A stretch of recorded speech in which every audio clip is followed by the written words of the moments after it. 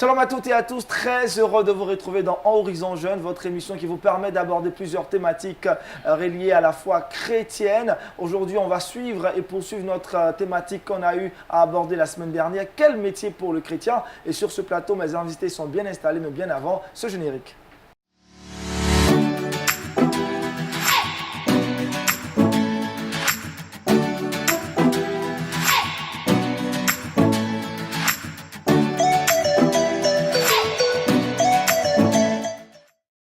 Sur ce plateau, 3 invités, mais avant déjà de pouvoir aborder la suite de cette thématique, notre pasteur consultant est là, le pasteur Mathieu Guéhi. Pasteur Shalom, nous avions la semaine dernière parlé de ce sujet. Qu'est-ce qu'on pourrait dire aujourd'hui déjà sur cette suite et fin de cette thématique? Le chrétien face à plusieurs problématiques, des métiers qu'il doit pouvoir entretenir, entreprendre dans cette différente vie. Nous en parlons aujourd'hui avec vous, pasteur. Quel intérêt? Shalom, Aniel. Bonjour à tous ceux qui nous suivent et qui suivent cette émission, qui nous donne l'occasion de réfléchir sur les questions d'actualité. Et celui donc autour duquel nous sommes, comme tu l'as dit, c'est bien entendu la question du métier que doit choisir un chrétien. Quel métier doit exercer un chrétien?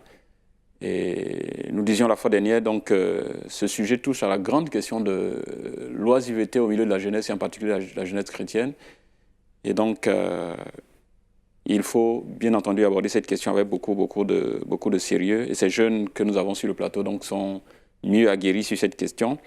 Nous retenons simplement qu'il fallait lutter, chercher, frapper pour avoir quelque chose à faire. Parce qu'en travaillant, nous exprimons notre ressemblance à ce Dieu qui nous a créés, qui est un Dieu travailleur, et qui nous invite à travailler. C'est donc notre obéissance, l'accomplissement de notre mandat de gestion de la création. Dieu a demandé à Adam de pouvoir s'occuper du jardin. Donc en travaillant, nous assumons, nous accomplissons ce mandat et nous apportons une contribution à la création, à la communauté.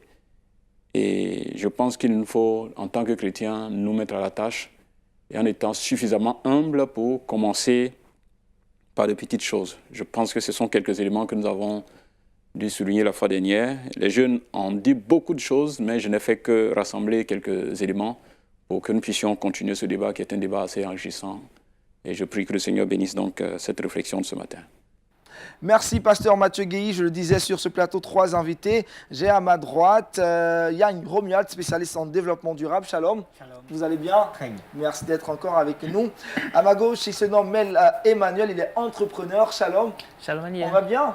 Très bien, par la grâce de Dieu. Gloire à Jésus-Christ. Et puis enfin, notre dernier invité, Undran Ludovic, il est comptable. Shalom. Shalom. Ça va aussi, hein? Va. D'accord. Je pense que la semaine dernière, nous étions 4 aujourd'hui. 4 invités. On va le faire à 3. Alors, on va revenir sur quelques notions que nous avions pu définir. C'est quoi déjà un métier pour rappel? Un métier, c'est une profession, une activité utile à la société et qui donne des moyens d'existence à celui qui l'exerce. Selon le Centre national des ressources spéciales lexicales, c'est aussi une activité régulière dont vit une personne. D'accord. Alors, Ludovic, pourquoi avoir un métier, on se posera la question? Voilà, avoir un métier, déjà, c'est juste se prendre en charge. Voilà, se prendre en charge et puis aussi rendre un service voilà, à l'humanité, si je peux m'exprimer ici. D'accord. Voilà, et puis à la société. D'accord, mais je repose la question, pourquoi avoir un métier? Pourquoi avoir un métier est-il si important? Parce qu'à la base, tout a commencé dans le jardin d'Éden déjà avec un travail. Adam a commencé d'abord par avoir un travail avant même de commencer à avoir une femme. Donc le travail, c'est la base de tout. Le travail permet à l'homme donc de se réaliser, mais aussi de réaliser le plan de Dieu pour sa vie, et puis d'apporter une valeur ajoutée en fait à la société. D'accord, donc apporter une valeur ajoutée à la société, puis tout part, vous avez dit, du jardin d'Éden. Oui, absolument. D'accord. Alors, est-ce une obligation d'avoir à la maîtrise d'un métier pour en pratiquer? Pas obligé d'avoir la maîtrise, parce qu'on peut apprendre le métier. Pas obligé, mais il est mieux de se spécialiser dans quelque chose pour pouvoir exercer le métier.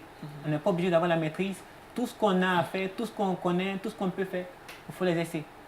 Voilà, pour ne pas demeurer dans la paresse, ne pas remettre au lendemain ce dont on peut faire aujourd'hui. Tout ce qu'on sait faire, il faut le faire. Mais vous êtes d'accord, il ne faut pas forcément attendre d'avoir la maîtrise. Non, dans la le métier. maîtrise même, elle vient en fait pendant que nous sommes en train d'apprendre, pendant que nous sommes en train d'exercer en fait. C'est quand on passe à l'action en fait que l'on commence à maîtriser la chose. Donc il ne faut pas forcément attendre.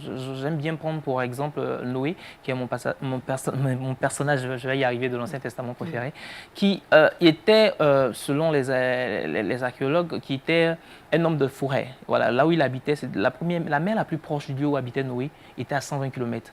Et en ce temps biblique, il n'y avait pas vraiment de véhicule. Donc on peut supposer aisément que Noé a peut-être pas vu la mer. D'accord? Et Dieu l'appelle, lui dit, Noé, bâtis-moi un bateau.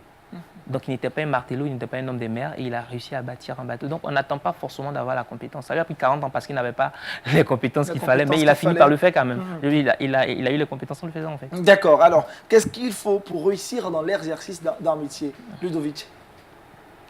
Déjà, il y a la volonté.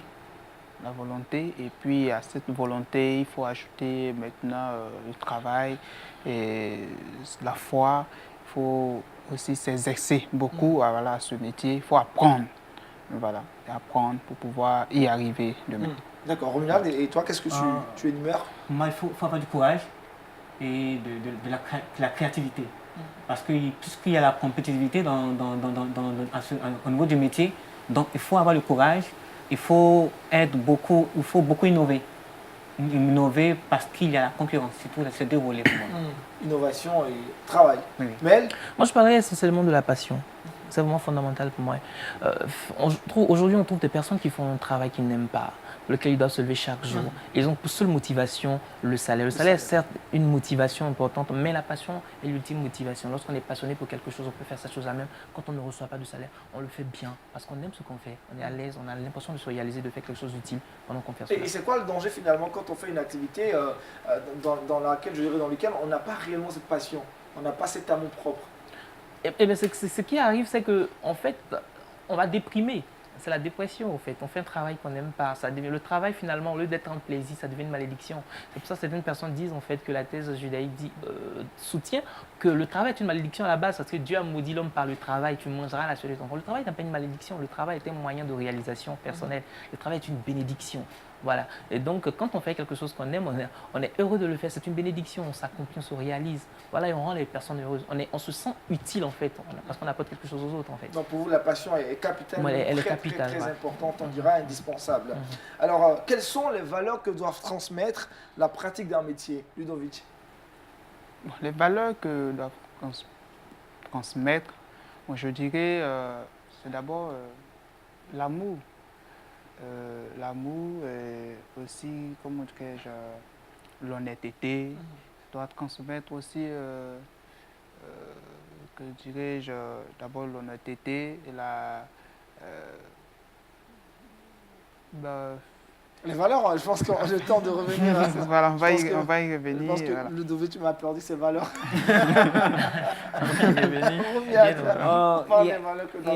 Il y a premièrement l'amour et puis la joie parfaite. Parce que comme disait Mel, le travail doit se faire avec passion. C'est-à-dire que ça doit communiquer une joie. Jésus disait ceci, jusqu'à présent, vous n'avez encore rien demandé à mon nom. Demandez et vous recevrez afin que votre joie soit parfaite. Et quand on obtient cette joie parfaite en exerçant notre métier, nous communiquons également une joie parfaite à l'autre. C'est une joie qui est contagieuse. Donc, dans le métier que nous allons faire, nous allons transmettre une joie aux autres personnes qui vont vouloir vraiment nous imiter ou qui vont nous observer. Donc, il y a la joie qui compte pour beaucoup. Mel, à ton niveau, qu'est-ce que tu trouves également comme valeur que doivent transmettre la pratique d'un métier? Alors, ça va dans les deux sens. Le métier, ça peut-être va transférer certaines valeurs, va te permettre d'avoir de l'estime de toi, va te permettre d'avoir une certaine position au niveau de la société. Mais en même temps, il ne faut pas s'engager dans un travail qui, en fait, déprime ou réprime les valeurs qui sont propres à nous, en fait.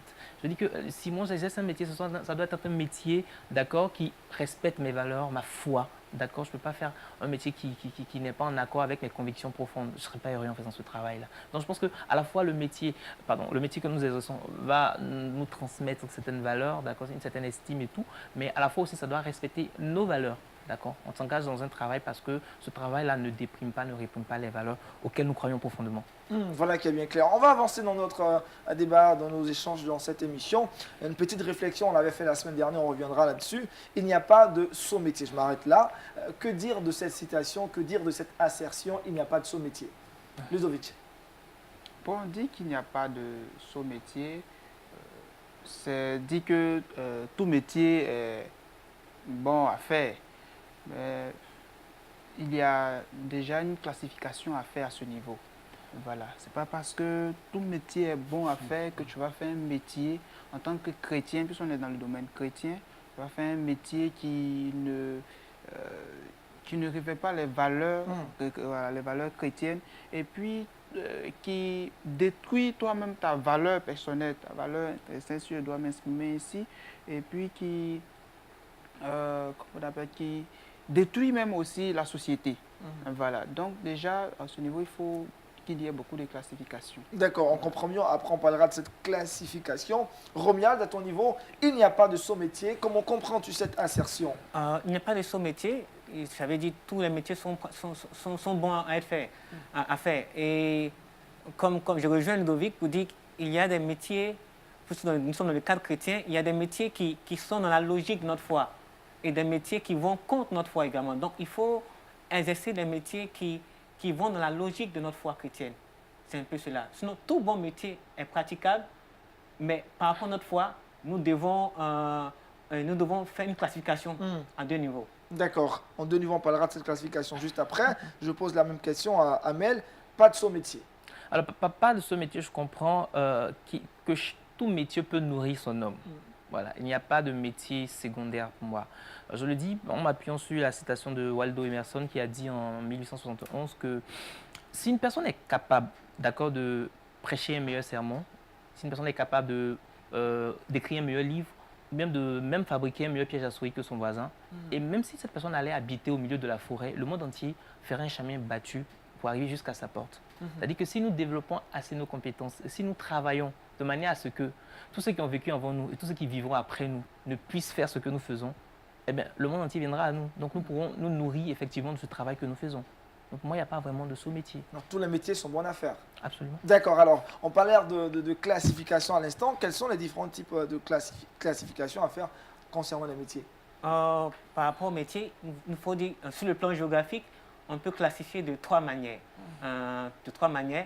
Il y a cette classification géographique qui passe selon le secteur primaire, le secteur secondaire et le secteur tertiaire. Il y a ce type de classification des métiers. Et quand on vient dans le fond, il y a une classification qui se fait selon également notre foi également. Parce qu'il y a des métiers qui vont se faire au niveau du secteur secondaire et du secteur tertiaire qui ne sont pas certainement en adéquation avec notre foi. Donc, il y a de deux manières, mais dans le fond et dans la forme, il y a une différence. Dans le fond et dans la forme. D'accord. Ludovic, à propos de la classification des métiers. Oui, moi je veux plus parler en termes comptables. On va essayer de parler plus fort. Voilà, en termes comptables, c'est-à-dire qu'il y a d'abord le métier, comme il a dit, en géographie. Voilà, le secteur primaire, le secteur tertiaire, le secteur secondaire, que j'ai déjà cité. Mais il y a les métiers aussi, il y a ce qu'on rend comme service, qui est un métier, et puis il y a aussi ce qu'on fait de façon manuelle, de façon comme industrielle, qui rentre en ligne de compte. Mais parmi toutes ces activités-là, qu'est-ce qui pourrait révéler au moins la valeur, qui peut apporter une bonne valeur à la vie chrétienne ou alors à la société? Voilà. Je prends un exemple qui est par exemple la prostitution, qui est aussi un métier. Oui, le plus vieux métier voilà, du monde. qui est un métier pour certains. Et comme mon frère Mel disait, tout métier est bon à faire, ça m'a donné un petit pincé au cœur parce que voilà, si quelqu'un prend ce métier par exemple et le fait bien, à mon avis, je pense que non seulement la personne tue quelque part la société, mais aussi tue les valeurs que nous voulons développer dans nos métiers. Voilà, donc dans cette classification, il faut pouvoir aussi classifier selon l'orientation non seulement du Seigneur, parce que nous sommes chrétiens, mais aussi selon la valeur du pays ou alors de la nation dans laquelle nous nous trouvons. Pour vous, il y a des métiers Voilà. sains et des métiers malsains. Effectivement. D'accord. D'accord. Mais- Alors, donc, je voulais effectivement revenir dessus et il m'a emboîté le pas. Quand je disais, en fait, voilà, il faut bien classer mon propos dans son contexte. J'ai pour habitude de dire que Faudrait pas qu'il voilà, détourne. tout test sorti de son contexte devient un prétexte. C'est Et cela, un c'est prétexte peut cela. servir à tout et n'importe quoi. Ce que je disais là, j'ai commencé par une introduction, j'ai dit en fait que j'entendais par la question précédente, est-ce qu'on peut, tout le monde peut, peut vivre voilà, de son travail. Dans ce sens, j'ai dit en fait que si on développait assez nos compétences, on peut se nourrir de tout travail que l'on fait. C'est dans ce sens que j'ai dit, il n'y a pas de sous-métier. Ah oui. Il faut bien s'y conscrire. Voilà, si je disais Et pas... sur cette base, c'est vrai, il n'y a pas de son métier parce que tout métier Absolument, absolument. donne un résultat. Donne un résultat, tu On a un travailles. salaire. c'est Et même ça. quand on parle de la prostituée ou d'un prostitué, finalement, il y a un salaire. Et quand il s'engage à fond, il obtient quelque chose. Absolument. Et souvent même des sommes qui sont assez faramineuses Très pour avoir quand même voilà, lu certaines études sur la question. Voilà. Donc, voilà. Et si je peux me permettre de revenir maintenant peut-être là sur la classification. La classification, Voilà, la allez-y. classification. Je pense que moi, idéalement, je vais classer les métiers peut-être en trois parties, en trois types de services que nous avons, trois types de métiers. Alors, il y a les métiers en fait qui ont pour but de produire des services. C'est la vente des services. D'accord? Il y a certains métiers qui vendent des produits. En généralement, vous pouvez classer les différentes entreprises dans ces deux catégories-là. Et puis, nous avons un troisième type de métier dont on ne parle pas beaucoup, mais c'est ceux qui arrivent en fait à bâtir les systèmes. Voilà. Donc, moi, ce sont ces trois catégories-là. On peut vendre un service, on peut vendre des produits, ou alors on peut créer des systèmes qui vont permettre aux gens de vendre des produits et des services, et puis derrière créer du cash. Voilà. Vas-y. En fait, j'aimerais revenir à Rudy. Quand j'ai eu à faire la classification de manière géographique, Géographique. et quand on parle de secteur tertiaire, ça renferme tout ce volet des services également. Tout ce volet des services. Moi, je pense que c'est C'est assez juste large. des terminologies Des en fait. terminologies. Vous Je voyez pense que les que classifications, c'est cela. voilà. Ça dépend de là Ça où on dépend se de situe. l'école, ça dépend des courants de pensée. Je ne viens pas vraiment compte ce que tu as dit. Sinon, j'ai appris ça aussi à l'école. Ça marche. C'est bien intéressant qu'on a tous eu à apprendre ces choses à l'école. On va poursuivre et cette fois-ci nous intéresser au rapport qui pourrait exister entre la Bible et le métier. Que dit la Bible sur la pratique du métier d'une manière générale, Ludovic? Bon, la Bible nous recommande de travailler. De travailler. Voilà, Mel, dans son introduction, l'a dit. Tout part de la Genèse, dans le jardin d'Éden. Voilà. Et la Bible, dans la Bible, lorsque Dieu a mis Adam dans le jardin, la première des choses, c'était pour cultiver le jardin. Donc, le métier de cultivateur. Donc, déjà, Dieu lui-même a eu à exercer aussi un métier. Parce que la création, s'asseoir, émettre une idée, créer quelque chose, c'est déjà un métier. Donc, la Bible n'est pas contre le métier. La Bible même encourage les gens à travailler, à faire quelque chose. Et Paul l'a dit, il dit, mais si quelqu'un ne veut pas travailler, qu'il ne mange pas non plus. Donc, la Bible, voilà, encourage les gens à travailler. Et je pense dans la Bible, quand je prends le mot travail, il apparaît, je pense, 45 fois, si je ne me trompe, dans l'Ancien Testament, pardon, 166 fois dans l'Ancien Testament et 45 fois dans le Nouveau Testament. Pour dire que ce thème est vraiment important. Et la Bible, vraiment, statue beaucoup là-dessus. Voilà, donc nous, en tant que chrétiens, nous devons travailler parce que c'est nous qui devons montrer l'exemple aux autres pour ne pas que la paresse puisse prendre le dessus dans le monde. Et voilà, Salomon Donc il faut le dit. travailler, la Bible encourage à exercer un métier. Voilà.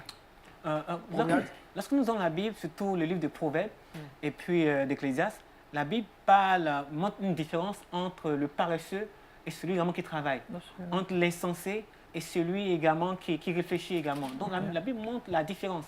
Et la Bible appelle à celui qui travaille de travailler. La Bible parle de celui qui a la main au travail, que c'est une bonne chose, mais celui qui a la main, une main paresseuse, attire vers lui la ruine. Donc qu'est-ce qu'il faut faire? La Bible dit, on recommande tes œuvres à l'Éternel et tes projets réussiront. C'est-à-dire que tu dois exercer quelque chose et cette chose-là, tu la recommandes à l'Éternel. Très souvent, il y a un thème que nous utilisons, une expression que nous utilisons et nous disons que on donnera à celui qui a et à celui qui n'a pas, on lui arrachera même ce qu'il a. C'est la Bible qui le dit. Donc, c'est-à-dire, qu'est-ce que tu as, qu'est-ce que tu connais, qu'est-ce que tu possèdes? Il n'y a que ça que tu peux présenter devant l'Éternel Dieu. Donc la Bible nous recommande de travailler. La Bible recommande le travail. Mais à propos de ce rapport, que dire la Bible d'une manière générale, que dit la Bible d'une manière générale sur le métier, la pratique d'un métier? La Bible parle de la Genèse jusqu'à l'Apocalypse, du travail. Notre Seigneur Jésus lui-même, en venant sur terre, il a appris un métier, celui de charpentier. Je pense qu'on en reviendra. Et j'aime beaucoup ce passage de Ecclésiaste chapitre 6, d'accord, du verset 6 au verset 10, qui dit en fait, va vers la fourmi paresseux, voilà, et considère ses voies et devient sage. Le verset 10, le verset 11 disent, un peu de sommeil, un peu d'assoupissement, un peu croiser les mains pour dormir, et la pauvreté te surprendra comme un rôdeur, et la disette comme un homme en armes. Je pense que ce passage est assez clair. C'est clair. Il faut se mettre au travail. Puisqu'on est dans la Bible, on parlera également, on parle de Jésus maintenant. La Bible a révélé que Jésus a eu à prendre un métier. Le métier, donc, il était avec son père Joseph comme charpentier. Pour vous, pourquoi la Bible ne s'est pas tue sur ce point et la Bible a révélé le fait que Christ a été charpentier? Mel. Christ a été charpentier, déjà, ça nous révèle, sinon ça nous révèle la nature humaine. Il était vraiment pleinement humain, il était pleinement Dieu sur la terre, d'accord. Et donc, il a travaillé comme les hommes, il s'est approché de la réalité humaine. Et le travail qu'il a exercé, je pense que ce travail aussi attire notre attention parce qu'il était charpentier. Et on sait qu'un charpentier, c'est un spécialiste, c'est un professionnel de la construction des bâtiments. Et donc, Christ aussi est venu normalement pour construire un édifice spirituel, qui est l'Église, qui est formée par les chrétiens du monde entier. La deuxième chose, l'autre chose aussi qu'on peut souligner, c'est que c'est le traitement du bois. À l'époque, en fait, quand on devait travailler avec le bois était le matériel principal avec lequel les charpentiers travaillaient et tout. Mais il y avait le bois qu'ils utilisaient, les bûches qu'ils utilisaient en fait pour travailler étaient pleins de sève, d'accord. C'était plein de sève. Donc ce qu'on faisait en fait, c'est qu'on prenait, d'accord, cette bûche-là, on trempait dans de l'eau pendant une période assez longue pour permettre à ce que la sève puisse s'écouler dans l'eau et à la fois permettre aussi à ce que le bois puisse se charger en minéraux, pour qu'il soit plus dur, donc plus résistant au travail. Ça ne vous rappelle rien? L'eau, immersion, c'est aussi l'image du baptême de la nouvelle naissance, n'est-ce pas? C'est aussi au travers de laquelle Christ nous remplit de son esprit, voilà, comme ces minéraux qui vont nous aider donc à être plus forts et puis mieux le servir partout dans le monde. Donc je pense que c'est quelque chose d'assez symbolique. Donc pour vous, au-delà du fait que Christ ait utilisé le bois, ça montre tout le travail qu'il est venu accomplir dans la vie de notre Absolument, humain. mais aussi c'était aussi, je vais dire, comme une prémonition de sa mort future sur le bois. Donc le rapport de Jésus avec le bois, c'est depuis longtemps. Hein. Absolument. Ludovic. Voilà, déjà, Mel a pris le volet spirituel, voilà, la chose. Je veux aussi plus parler aussi du volet physique, voilà. Christ a travaillé le bois, mais à la base, la venue de Christ sur la terre, c'était déjà de sauver l'humanité. Mais sauver l'humanité comment? C'était de juste montrer la voie à l'homme, la voie à suivre. Donc, étant sur terre, il faut d'abord apprendre quelque chose, il faut d'abord pouvoir faire quelque chose. Aujourd'hui, on a tendance à voir des personnes, des chrétiens qui se disent, bon, moi je suis évangélique, je suis évangéliste, voilà, donc je n'ai pas à chercher à travailler, mon métier c'est de me promener, prêcher l'évangile et il ne fait rien à la base, vous voyez. Or, Christ qui est venu nous montrer qui est l'évangéliste, même par excellence, voilà, a eu à travailler le bois, a eu à apprendre quelque chose. Donc c'est pour amener aussi l'homme, en tant que chrétien, à apprendre quelque chose, à faire quelque chose de ses mains et puis pouvoir, pas survivre, mais pouvoir mieux vivre sur la terre pour pouvoir, voilà, arriver au ciel et se réjouir. Donc Christ est venu montrer la voie, voilà, par cette action de charpentier. De charpentier. Jésus a travaillé, cela est un exemple pour tout chrétien qui doit aussi se mettre au travail. Je prends l'avis de Yomad à propos. Je suis carrément d'accord avec eux. C'est une gomme, je n'ai rien à dire. Vraiment rien à dire. D'accord. S'il n'y a rien à dire, on va avancer. Ça nous arrange également dans le temps qu'on gagne. Alors, est-ce qu'on peut citer quelques personnages bibliques avec leur métier? Oh, oui, il y a par exemple Caïn qui était laboureur. Il y a Abel qui était berger, il y a les fils de Jacob qui étaient des bergers également. On a Beslaël qui savait travailler l'or et tous ces matériaux. Il y a eux par exemple.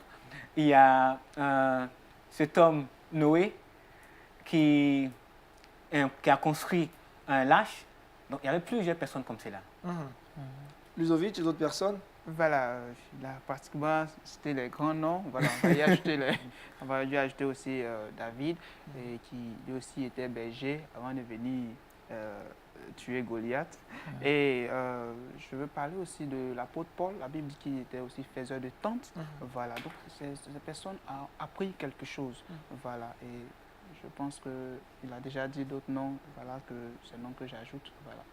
Mais là, est-ce qu'il y a d'autres noms qu'on a, Oui, il y a des manqué de noms qui sont mentionner? un peu discrets. Il y a Marthe qui faisait la cuisine. D'accord. Avec Marie. Ah oui, Est-ce oui, que oui. c'est un- Voilà. Mais attendez, est-ce que Marthe, elle était cuisinière de Non, non, profession? non, c'est juste une digression. Mais il y a un personnage, par exemple, qu'on ne cite pas beaucoup, qui est discret. Je pense qu'il apparaît dans la Bible peut-être une ou deux fois. C'est Hiram. Hiram, on est qui les gens ne sait pas, mais il était l'artisan, le chef de chantier de Salomon. C'est lui qui a veillé à superviser le travail, qui a donné les instructions pour la construction du temple. Voilà, on ne le cite pas trop, on ne connaît même pas son origine, mais c'était un grand bosseur aussi. Un grand bosseur, Hiram et puis bien d'autres personnages Voilà, bibliques qui exactement. ont fait Néhémie, par montre. exemple, qui était une Néhémie, chanson. les chansons, c'est cela. Oui. Et je crois qu'il y a Et aussi beaucoup les de pêcheurs, personnages. voilà. Je crois que tous les grands personnages de la Bible ont eu un métier. On Effectivement. travaillait, Et aucun on n'était travaille. paresseux. C'est bien clair. Alors pourquoi aujourd'hui l'homme est jugé parfois, le plus souvent, selon le métier qu'il exerce? Ludovic. Bon, l'homme est jugé selon le métier qu'il exerce. Moi, je dirais que c'est d'abord une fierté en soi, quelque part. Parce que quand tu fais quelque chose, que tu le fais bien, on dit, bon, je prends un exemple, bon, je veux un maçon. Voilà. Et on trouve quelqu'un qui est très bon, très excellent dans la maçonnerie. Quand on le voit, ah, voici le maçon, ah oui, toi, le maçon. Et c'est d'abord une fierté. Et c'est la valeur ajoutée qu'on apporte à son métier qui fait qu'on est peut-être jugé en fonction de ce qu'on donne. Voilà. Maintenant, juger négativement, il y a... Ça, tout part de ce que tu donnes, ce que tu apportes. Voilà. Quand tu fais quelque chose, Donc quand si tu c'est le un fais faux mal, maçon, comme tu as appris les noms de maçon, ah, c'est voilà, un faux maçon. ça c'est un celui-là. faux maçon. Voilà. Donc, c'est un peu D'accord, ça. Romuald, à propos. Ça dépend du témoignage qui se reflète au-delà au travers du métier. C'est-à-dire que ce sont des personnes qui ont laissé le métier, qui ont laissé un vilain témoignage du métier. Je prends un exemple simple. On a les caissières ou bien les vendeuses dans des supermarchés. Très souvent, il y a la monnaie, il y a les 25 francs, mais bon, qui ne donnent pas les 25 francs, qui disent qu'il n'y a pas la monnaie. Puis bon, tu es obligé de laisser la monnaie partir. Mais la monnaie, il n'y a pas de monnaie. Mais comment tu sais qu'il n'y a pas de monnaie? Je sais qu'il y a la monnaie.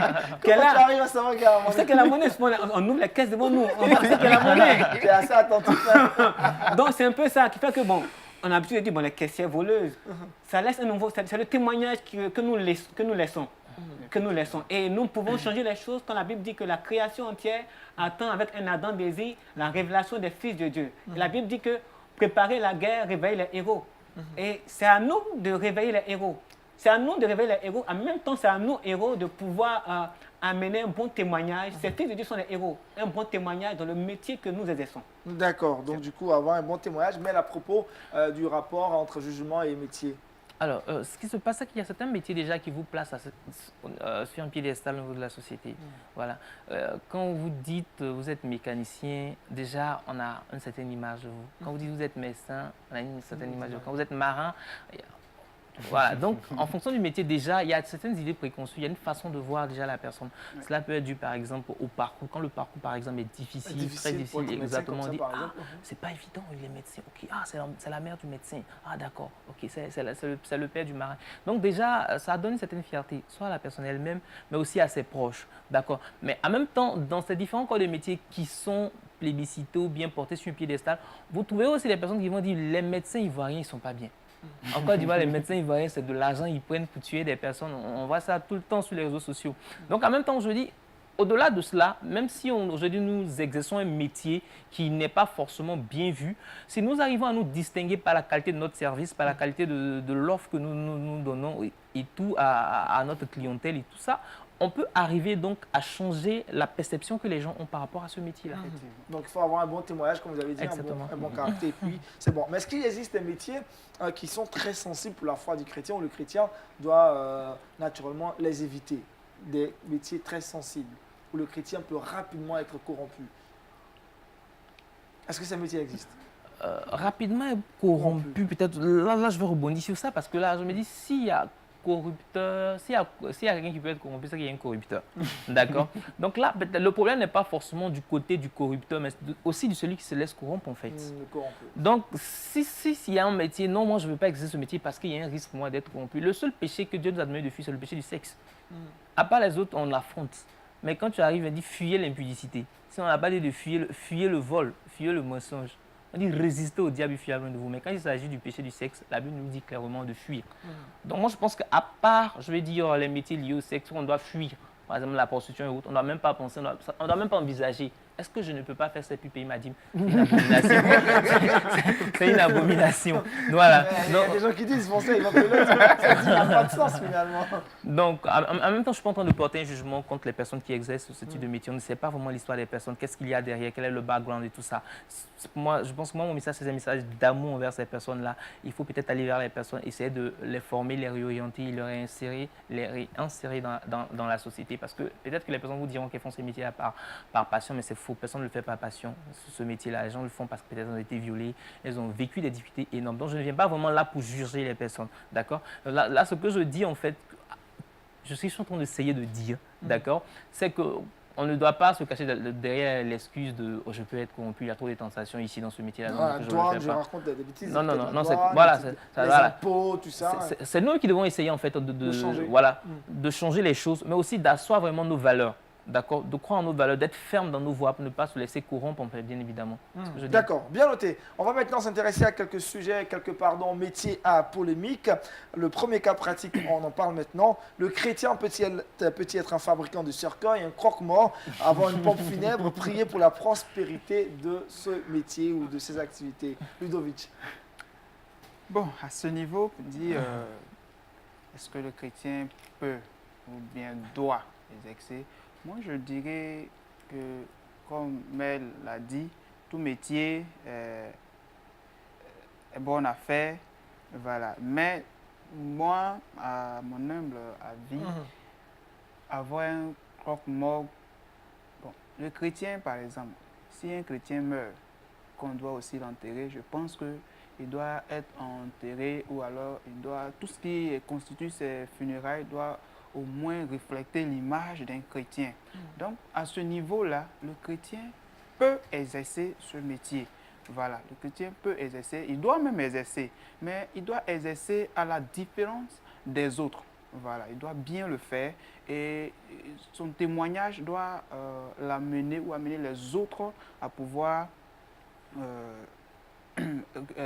savoir qui est Christ, à pouvoir connaître Christ en fonction de ce qu'il fait. Je pense qu'à la morgue, tout le monde peut ne pas passer dans un maquis, tout le monde peut ne pas passer dans un bar, mais à la morgue, forcément, quelqu'un y passera. Donc pour vous, le chrétien peut avoir dans ce une pompe milieu, funèbre. effectivement, si dans ce milieu, le chrétien est là, ça peut être même un moment même où on peut exhorter quelqu'un, on peut orienter quelqu'un. Voilà. Si j'arrive avec mon problème, voilà, j'ai perdu quelqu'un, je suis en larmes. S'il y a quelqu'un qui peut mieux me consoler qu'une consolation dans le monde, je dirais waouh. Et là, c'est un témoignage, une âme aussi qu'on a gagnée à Christ. Voilà. Si on va dans Actes des Apôtres, je passe au chapitre 11, verset 12, je ne me trompe, ça veut dire que c'est à Antioche qu'on a appelé ces disciples-là chrétiens. Pourquoi? C'est à cause de leur comportement, à cause de leur façon de se tenir. Donc, c'est par là aussi on peut amener quelqu'un à Christ. Donc, le chrétien doit le faire, mais bien le faire. Bien le faire, d'accord. Et bien fabriquer des cercueils. Oui.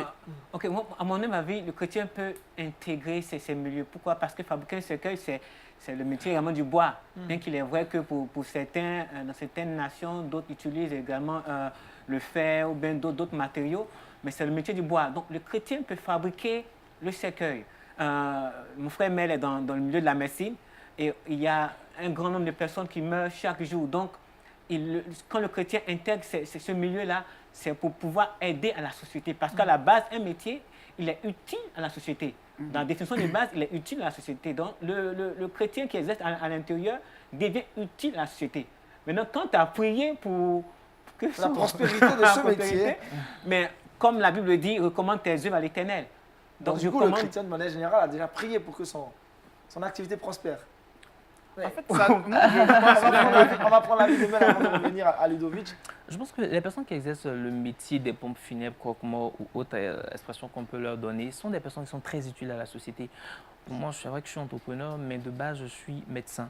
Et ce que je constate en général quand les personnes décèdent, c'est que même les proches de la victime, d'accord, de la personne décédée et tout, prennent du recul par rapport à la personne. C'était tout. il y a quelques minutes de cela, ils étaient à côté, à ses petits soins et tout, le changer, le nourrir et tout. Mais dès que la personne décède, il y a une certaine peur qui s'installe. Je ne sais pas comment l'expliquer, entre le monde des morts, le monde des vivants. Donc, on n'arrive plus à approcher ces personnes-là. Donc, et c'est là qu'interviennent en fait ces croque-morts-là. Ils viennent, d'accord, récupérer le corps, aller l'embaumer, je ne vais pas dire embaumer, aller préparer ce corps-là, n'est-ce pas, en attendant que les funérailles puissent être organisées. Donc, ils ont un rôle important. Ils vont laver le corps, ils vont changer, ils vont conditionner ce corps. Et s'ils ne sont pas là, nos rues vont jauger des personnes qui sont décédées. Et ce sera des odeurs vraiment intenables, en fait, qu'on aura partout. Donc, ils ont un rôle super important dans la société. Et le chrétien, je pense aussi, doit s'investir, n'est-ce pas, dans ce type d'entreprise. Je le dis avec des chiffres à l'appui, il y a près de 2 millions de personnes qui meurent chaque jour dans le monde. En Côte d'Ivoire, c'est environ 150 000 personnes qui meurent par jour. Et le marché, en fait, des croque-morts, je peux l'entendre quand on connaît ça pèse plus de 200 milliards par an. 200 milliards par an. Vous considérez un peu ce que ça fait, en fait. C'est vraiment important. Aujourd'hui, des entreprises comme les assurances s'intéressent à ce domaine, proposent des services, d'accord, qui vont, je vais dire, de l'accompagnement jusqu'à l'enterrement. Donc, les gens comprennent en fait que vraiment c'est un secteur d'activité qui est porteur et qui puisse en Côte d'Ivoire où on n'a qu'une seule entreprise qui a le monopole du marché. Vous voyez que donc il y a des choses à faire. Bientôt en 2020, le marché risque d'être libéralisé. En tout cas, on est en train de prier, on est en train de travailler pour qu'il y ait une libéralisation de ce secteur pour qu'on puisse se lancer aussi. Parce que vraiment, il y a des choses à faire là-bas. Non, mais il faut se dire la vérité. En fait, aujourd'hui, on va dire non, nous, les chrétiens, on ne se lance pas dans ce type d'activité. Puis après, demain, on a une campagne d'évangélisation, on va envoyer des lettres, des demandes d'aide à des personnes qui sont propriétaires de pompes funèbres. L'évangile, on va donner ça gratuitement, mais l'évangélisation a un coût. Et si on peut travailler, développer des industries à fort rendement comme cela et soutenir l'œuvre de l'évangélisation et puis permettre que les personnes soient sauvées, les personnes ne meurent plus mais soient sauvées, qui vivent après la mort, je pense que c'est quand même quelque chose très important. Ludovic, si tu voulais dire quelque chose, ça va? Oui, là déjà. D'accord, donc on avance. Donc le premier cas, on l'a compris, le chrétien peut être un fabricant de cercueil, travailler dans tous ces domaines liés à la mort. Cas pratique 2, est-ce que le chrétien peut investir ou travailler dans des centres de restauration où l'alcool est servi, l'alcool est vendu? Est-ce qu'un chrétien peut être un serveur dans un centre de restauration et servir de l'alcool aux clients? Waouh! Il faut dire, moi, pour mon avis, le chrétien, il peut mettre en place une entreprise, un restaurant en place. Mais le fait de vendre l'alcool, pour moi, je dirais non. Ça, c'est mon point de vue. Il est vrai que le milieu de l'alcool en Côte d'Ivoire a pris vraiment une grande ampleur, même, je dirais, dans le monde entier, a pris vraiment de l'ampleur. Mais à mon avis, le chrétien peut mettre en place un restaurant.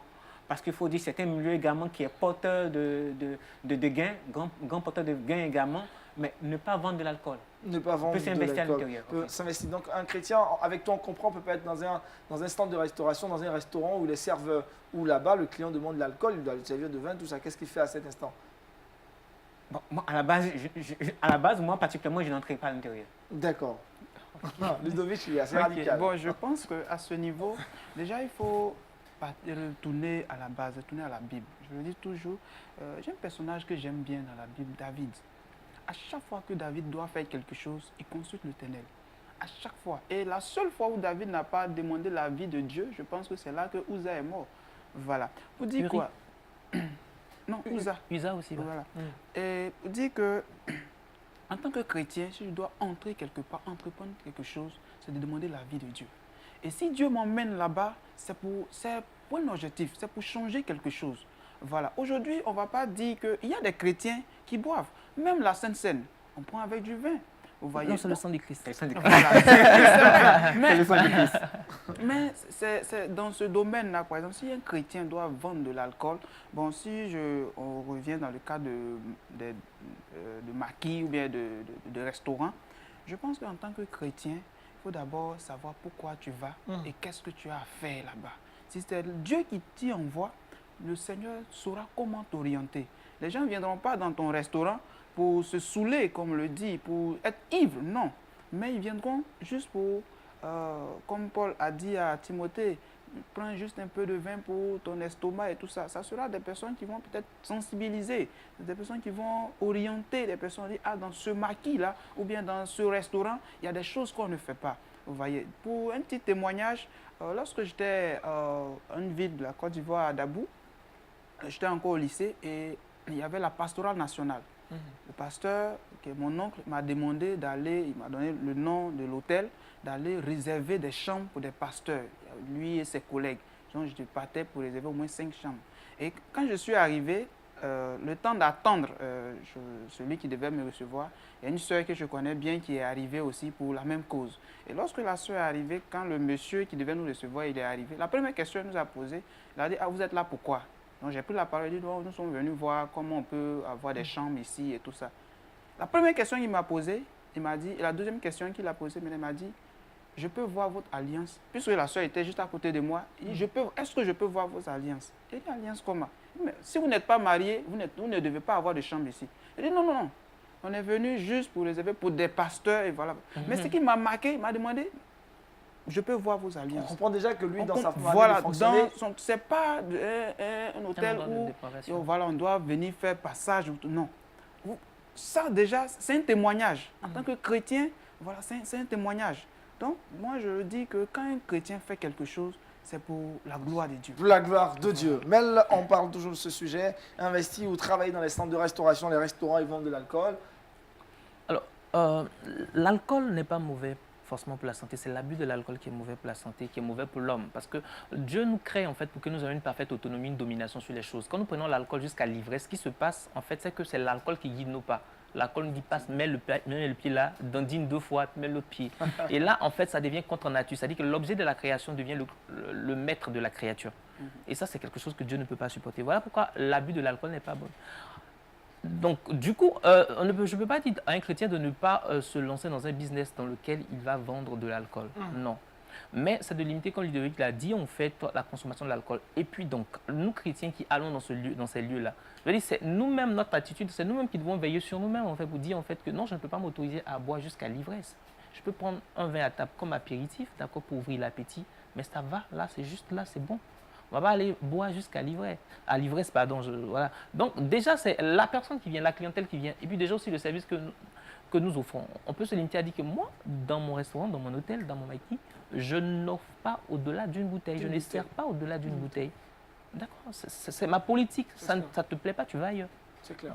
Donc le chrétien peut s'imposer lui-même des limites et des droits dans ce genre. Donc il n'y a pas de souci, on peut aussi investir et travailler dans ce genre d'activité. Dernier cas pratique, le chrétien peut-il travailler dans le mannequinat, le showbiz, pour ou contre? Romuald. Le chrétien peut travailler dans le showbiz. Concernant le mannequinat, bon, j'ai de très mauvais témoignages à l'intérieur, je dirais non. Non, dans un sens restreint, parce que je dirais également oui et non. Oui, parce que il faut promouvoir la belle couture, il faut promouvoir de très bonnes choses. Non, parce que il ne faudrait pas imiter, je dirais, ce que nous montre le monde en fait. Ce que nous montre le monde, parce que le mauvais témoignage, c'est que j'ai un frère, sinon je dirais un cousin qui est à l'intérieur, mais qui a carrément déconné.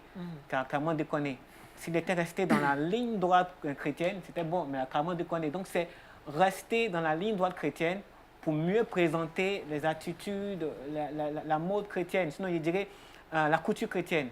Sinon, le chrétien peut entrer à l'intérieur. Il peut entrer à l'intérieur, mais être vigilant. Okay. Ludovic. Bon, je veux déjà commencer par cette parole de Paul qui dit « Si je vis, ce n'est plus moi qui vis, mais Christ qui vit en moi. » Showbiz, bon, je dirais, il faut d'abord voir le système en tout. Mais le chrétien peut déjà changer le système. Parce que parmi nous, on a des chantres, on a des personnes qui, par leur cantique, par leur façon de louer le Seigneur, édifient d'autres personnes. Voilà, donc ils peuvent faire déjà peut-être un CD ou bien quelque chose pour édifier tout le monde entier. Donc à ce niveau-là, le chrétien peut y aller, mais changer quelque chose. Il ne va pas pour que le monde puisse... Jésus a dit, je suis dans le monde, quand je suis dans le monde, je suis la lumière du monde. Vous voyez, Jésus est arrivé chez Zachée, j'ai été scandalisé. Mais la sortie de Jésus de ce Zachée a changé la vie de cette personne. Vous voyez, donc, dans le cadre de mannequinat, moi je dis que par exemple, les couturiers et tout ça, Dieu lui-même a été le premier couturier du monde. Il a cousu des habits pour Adam et Ève, voilà, dans la Genèse. Donc, Je dis qu'à ce niveau-là, on peut y aller pour changer quelque chose. Voilà. Si des personnes prennent des habits ou bien se présentent avec des décolletés, moi, en tant que chrétien, je dois montrer que le corps humain, le corps que Dieu a créé, l'homme que Dieu a créé, c'est une personne sacrée. Donc, voici comment la personne doit se tenir. Voici comment... C'est de baliser, en fait, les choses et amener les gens à comprendre l'importance ou alors la valeur que nous cachons, que nous présentons en fait en tant qu'enfants. Le chrétien peut être maintenant Voilà. un modèle dans Un la mode modèle, à travers voilà, disons, partout. les différentes coutures et autres. Mais à propos du showbiz, du mannequinat, Alors, moi, devant toutes ces questions, on pourra citer le showbiz, on pourra citer les maquis et autres. Mais moi, je retiens une chose. Moi, mon principe, en fait, mon vecteur directeur, c'est ces deux questions que je me pose. La première question, c'est que me dit la parole de Dieu par rapport à cela? D'accord? Que ferait Jésus à ma place, en fait? Si Jésus était à ma place, est-ce qu'il entrerait dans un bar? Si Jésus était à ma place, est-ce qu'il accepterait l'invitation pour entrer dans une boîte de nuit? Si Jésus était à ma place, est-ce qu'il ingurgiterait une telle quantité d'alcool? Si Jésus était à ma place, accepterait-il de défiler devant des personnes inconnues avec ce type de vêtements? Et la seconde question que je me pose, cette question m'oriente par rapport à la volonté générale de Dieu. Et il y a une seconde question que je me pose pour avoir la volonté particulière de Dieu par rapport à ma vie. D'accord?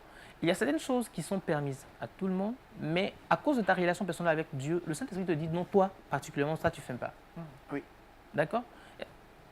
Tout le monde peut boire de l'alcool tant qu'on ne s'enivre pas, d'accord? Mais le Saint-Esprit te dit à toi particulièrement, toi tu ne toucheras pas à l'alcool. C'est mon sceau sur toi, c'est mon alliance avec toi, tu ne toucheras pas. Donc, ce que le Saint-Esprit me dit à moi, personnellement, d'accord, est-ce que le Saint-Esprit veut que je fasse ça? Et c'est pour ça que je veux inviter vraiment les personnes, pour avoir la réponse à toutes ces questions, c'est de développer simplement son intimité avec le Seigneur.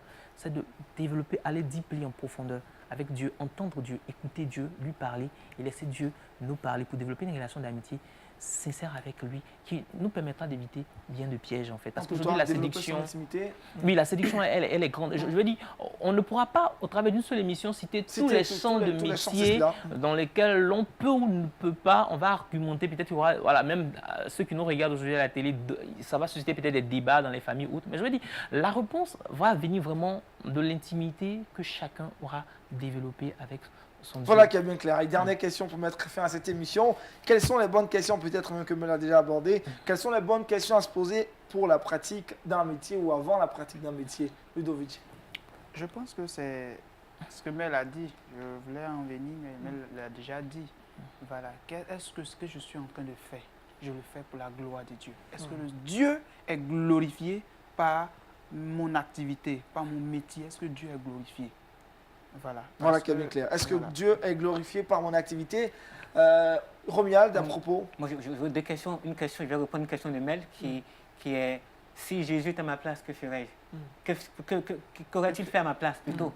La deuxième question, ce serait est-ce que ce que je fais est en conformité avec ma foi? Ce que je fais est-elle en conformité avec ma foi? Ce sont les deux questions. Les deux questions. Mel? J'ai déjà essayé de répondre, mais je vais ajouter encore une chose, la passion.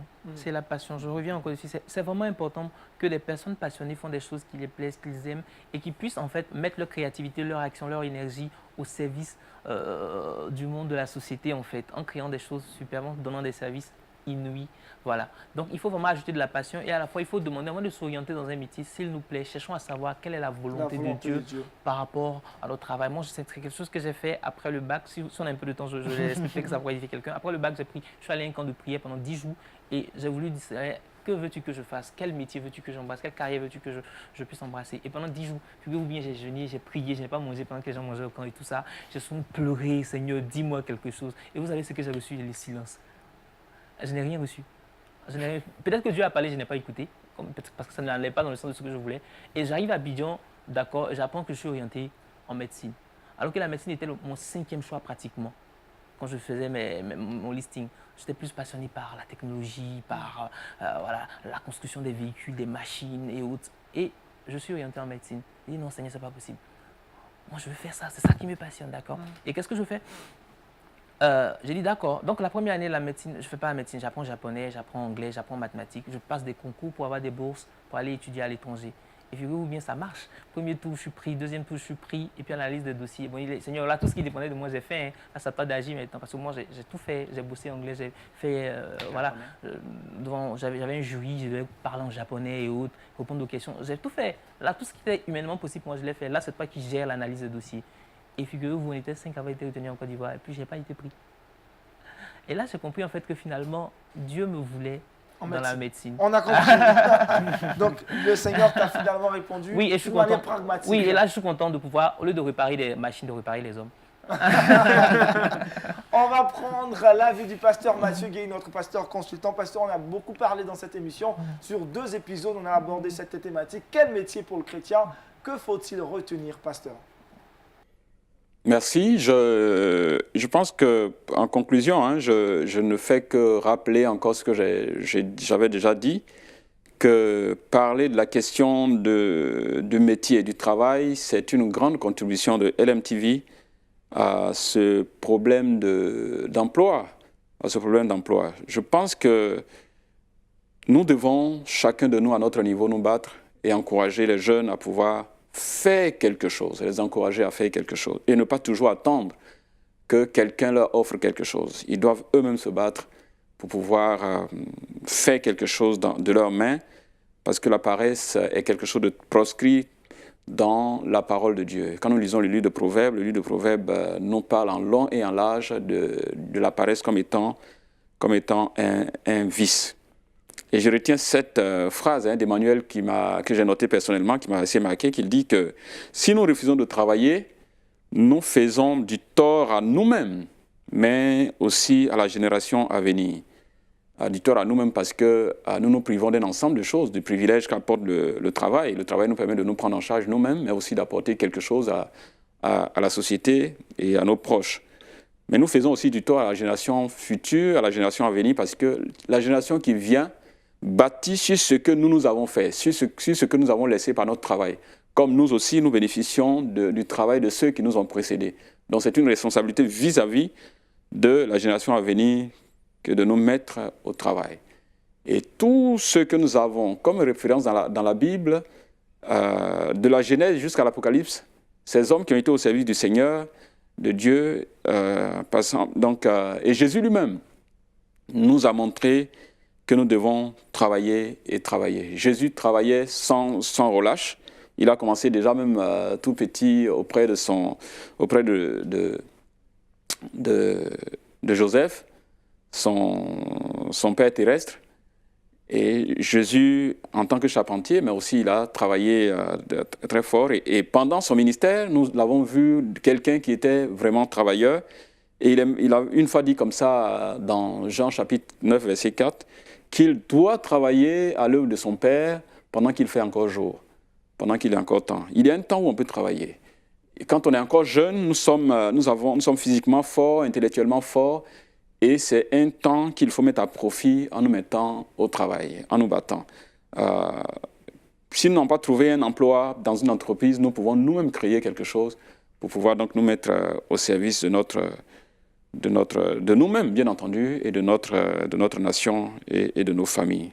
Dieu veut que nous utilisions notre travail comme un moyen de le servir. Le travail, en fait, c'est notre manière de servir Dieu. Servir Dieu, ce n'est pas simplement être pasteur, ce n'est pas être missionnaire. On sert Dieu dans tous les métiers que nous exerçons. Donc, et cela nous permet de pouvoir donc, bien le faire et glorifier Dieu dans ce que nous faisons. Joseph a été un grand travailleur. Il a commencé par de petites choses. Nous avons Daniel, qui était aussi un grand bosseur. Et nous avons tous ces hommes comme Moïse aussi dans la Bible, qui ont été de grands travailleurs, donc de qui nous apprenons à travailler. Que Dieu nous aide à pouvoir nous engager avec humilité à exercer tel ou tel métier pourvu qu'il ne soit pas contraire à nos valeurs chrétiennes. Que Dieu bénisse chacun de nous et bénisse chaque jeune sur la voie de la recherche du travail. Merci beaucoup, pasteur Mathieu Guéhi. On a compris clairement ce qu'il fallait en retenir à propos de cette thématique. Que faut-il faire en tant que chrétien lorsqu'on est devant un métier? Toutes les questions à se poser. On a aussi eu le temps d'en parler avec nos différents invités. Avant de terminer, Mel, il faut le préciser, médecin, entrepreneur, mais aussi écrivain. Oui. Et l'ouvrage que nous avons à présenter en fin d'émission, c'est bien Life Planner. Oui, c'est le Life Planner. Voilà, c'est un ouvrage. C'est quoi Alors, cet Life ouvrage? Planner, c'est un planificateur de vie. C'est un thème un peu angliciste. On le voit beaucoup dans le monde anglophone, mais nous essayons de faire la promotion de plus en plus dans le domaine francophone. Alors, c'est un planificateur de vie, comme on l'a dit. C'est un guide aujourd'hui que nous avons écrit, mais la spécificité de notre Life Planner, on va le montrer. La spécificité de ce Life Planner, c'est qu'en fait, il est basé sur les principes de la foi chrétienne. Vous trouvez des versets bibliques, vous trouvez vraiment beaucoup de citations, d'inspiration biblique, en fait, pour nous permettre d'abord de trouver quel est le but de notre vie, d'accord, et puis ensuite de développer des stratégies pour pouvoir arriver à atteindre ces différents buts-là. Donc, nous avons déjà entamé le premier trimestre de l'année et vous allez vous rappeler qu'en début d'année, on s'est souhaité plein de choses. Santé, mariage, beaucoup d'argent, voiture, maison. OK. Mais là, nous sommes, d'accord, à déjà un trimestre de l'année. Mais où est-ce qu'on en est véritablement par rapport à l'atteinte de ces objectifs?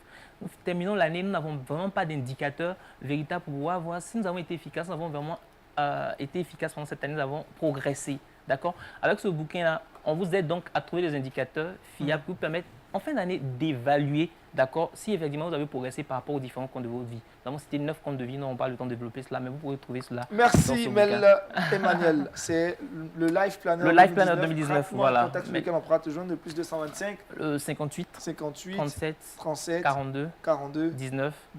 Et voilà, sur la page Facebook, Mel Akba Emmanuel. Voilà, Mel Akba Emmanuel sur la page Facebook également, le plus 225 58 37 42 19. Pour vous procurer de votre Life Planner. On a été très heureux d'être avec vous. Merci encore à Ondran Ludovic, à Yann Romiag et à Mel Akba Emmanuel pour votre présence. On a abordé cette thématique en 2 épisodes. Quel métier pour le chrétien? On espère également que vous avez pris du plaisir à nous suivre. Nous, on se retrouvera dans 7 jours, dans une semaine, on dira, pour un autre épisode de Horizon Jeune. D'ici là, portez-vous bien et shalom chez vous.